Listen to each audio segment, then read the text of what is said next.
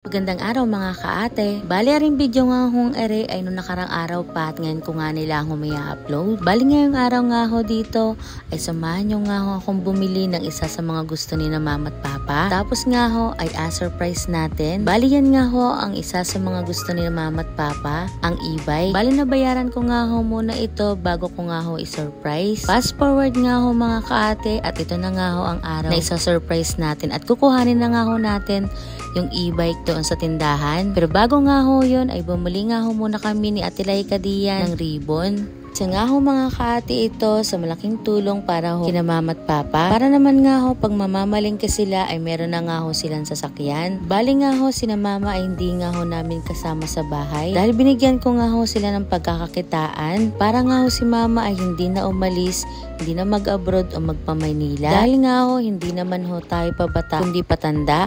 Kaya mas migi nga hong magkasama sila ni Papa. Matagal-tagal din nga ho mga kaate na namalagi si Mama sa ibang bansa. Kaya mas minabuti nga ho namin mga kaate na manatili na lang ho siya dito sa amin. Para naman nakikita at nakakasama ho namin siya. Para kahit nga ho naghihirap o walang makain, at least sama-sama nga ho kami. Para mas magtutulungan habang magkakasama. Huy, ang drama na natin. Pero yung nanay ko tuwang-tuwa dyan kasi na-excite na siya. Huy, nararamdaman daw nga ni ho niya na e-bike yung iririgalo sa kanya o ibibigay. Abay, malakas ang manifestation niyan. Huy, mabilis makakutob. Akala mo naman si Madam Auring. Huy, ba't naman ganun? O siya mga kaate, humanda na kayo sa reaksyon ng nanay ko. Grabe.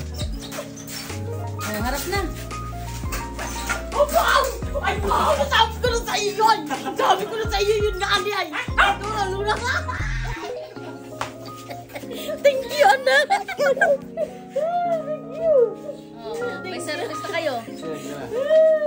O, diba? Akala mo'y may himatay pa. Huy!